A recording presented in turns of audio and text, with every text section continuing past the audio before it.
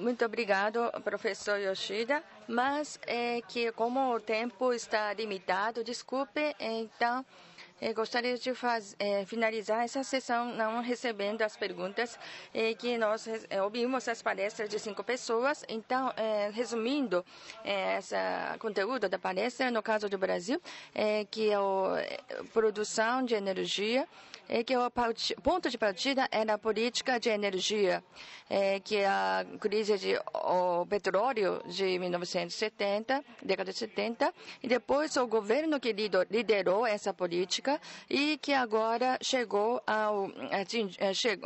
tornou-se uma indústria concorrente. E depois da década de 70, e que o Brasil que desenvolvendo o campo de petróleo também, então, que está produzindo petróleo também. E também Itaipu, que também geração de energia hidroelétrica também está sendo desenvolvido. Então, bioenergia é que realmente um componente dentro da política energética para o Brasil. Então, esse ponto eu gostaria que entendesse. Etanol que realmente tem competitividade e que atualmente o Brasil que o Brasil e Estados Unidos são os 2 maiores produtores de etanol. E o Brasil é o único produtor de etanol que tem competitividade com o preço de petróleo. Então, nesse sentido, o governo brasileiro, desde 1970, que chegou até aqui nessa sua história. Então, a energia limpa, que realmente é o milho, etanol a partir do cana-de-açúcar, que tem que 90% pode reduzir. Então, Estados Unidos, o milho, a partir de milho, etanol a partir de milho, 10% ou 30% de redução de carbono de aquecimento global. Então, existe esse tipo de relatório. Então, portanto, bioetanol é essa competição entre comidas, alimentos e de materiais para etanol. Então, não pode confundir, tratar de Brasil como igualmente aos Estados Unidos. Precisamos prestar essa atenção nesse ponto. E, por outro lado, aqui no Japão, essa política de energia que realmente a ponto de partida era o protocolo de Kyoto. E também revitalizar a sociedade local Então, Biomassa Japão, essa política que chama Biomassa Japão, isso, o objetivo é que a construção de sociedade voltada à reciclagem. Então, cada governo municipal está se dedicando para isso.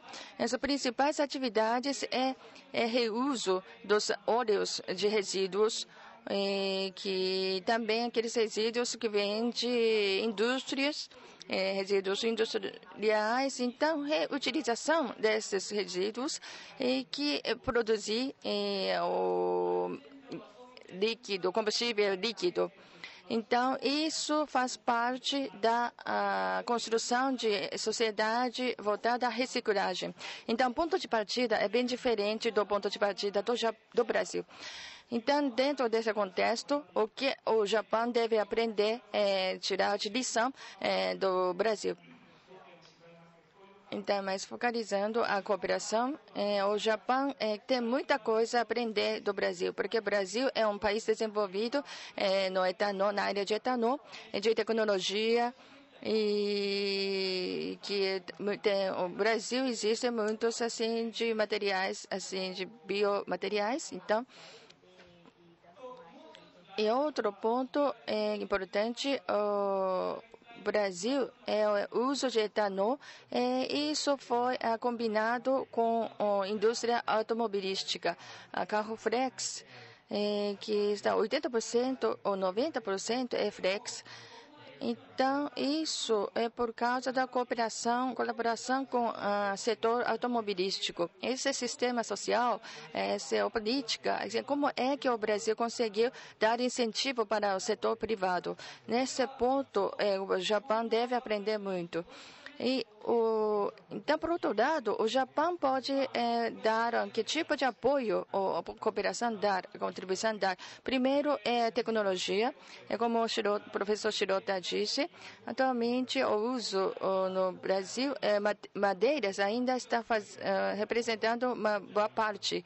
Então, madeiras está sendo utilizado, carvão vegetal. Então, seja a partir de madeira, produzir combustível líquido, que o Japão poderá contribuir para esse ponto de lignocelulose. E também outro ponto que o professor Okawa apontou, que aquele arroz, desenvolvimento de espécies de arroz, o Brasil também está cultivando arroz no Brasil.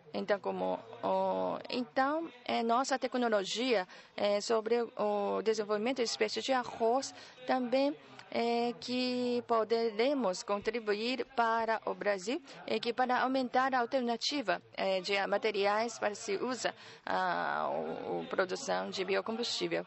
Então, aqui no Japão, dentro do contexto de política ambiental que nós estamos pensando a utilização de biomassa.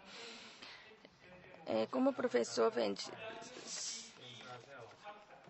então, no Brasil, que tem disparidade regional, então, que realmente